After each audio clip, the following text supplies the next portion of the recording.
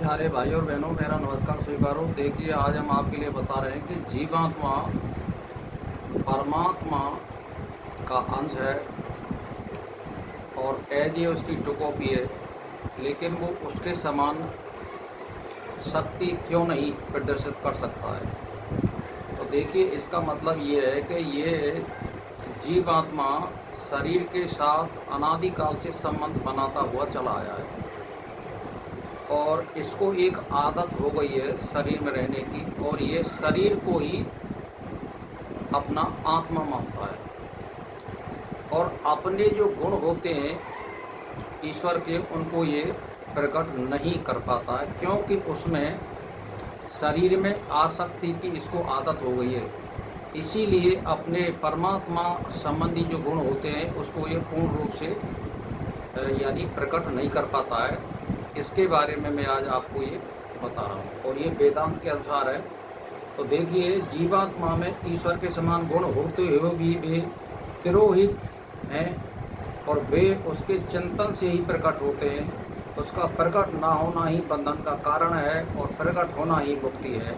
इसीलिए जीवात्मा स्वयं की सृष्टि नहीं कर सकता है। जैसे मान के चलिए, अपने मन के अनुसार यानी आप किसी चीज़ को प्राप्त नहीं कर सकते हैं। ये परमात्मा के अधीन होती है, चाहे वो भौतिक संपदा हो या सूक्ष्म अवस्था हो, ये परमात्मा के अधीन होती है। ये जीवात्मा के बस की बात नहीं है। तो जीवात्मा ईश्वर के समस्त गुण होते हुए भी वे प्रकट नहीं हो रहे हैं। इसमें जीवात्मा अनादिकाल से कर्म बंधनों में जकड़ा हुआ है तथा उसी प्रकार उसे नाना योनियों में जन्म लेना पड़ता है और मरना पड़ता है।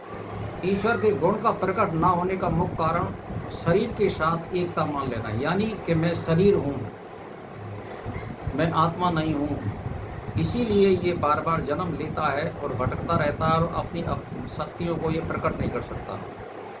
तो स्वप्नावस्था में सुख और दुखों का अनुभव करता हुआ जब जीवात्मा सुषुप्ति अवस्था में चला जाता है तो स्वप्न का आभास हो जाता है। इसे सिद्ध होता है कि स्वप्न मात्र माया मात्र है।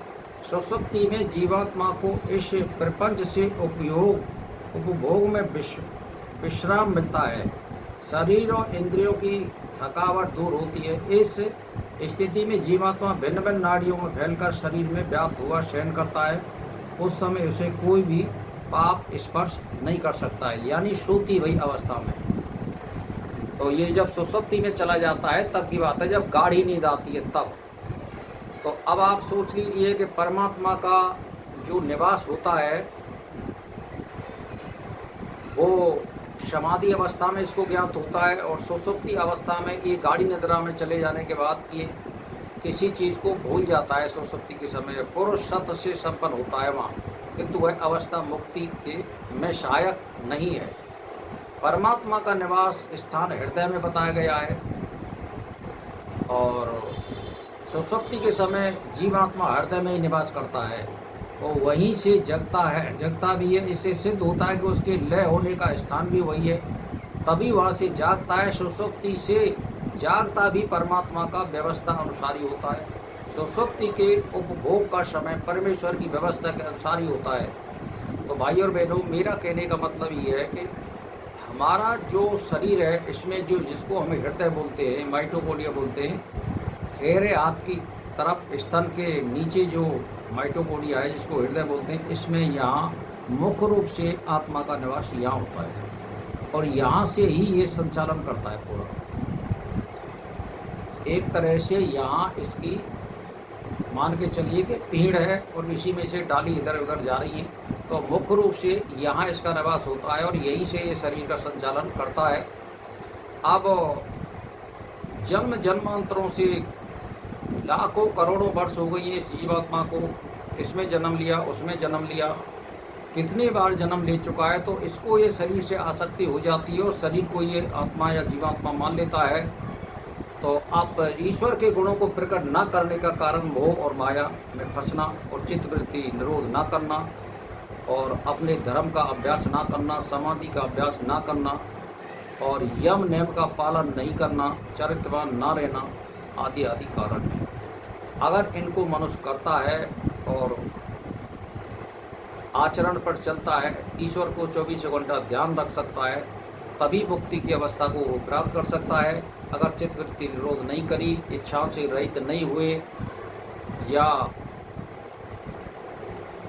परमावस्था को प्राप्त नहीं हुए या ब्रह्म में लीन नहीं हुए, तो आप मुक्ति को प्राप्त नहीं हो सकते। तो भाई और बहनों, समझिए, सोचिए और जानिए कि हमें क्या करना है, क्या नहीं करना है।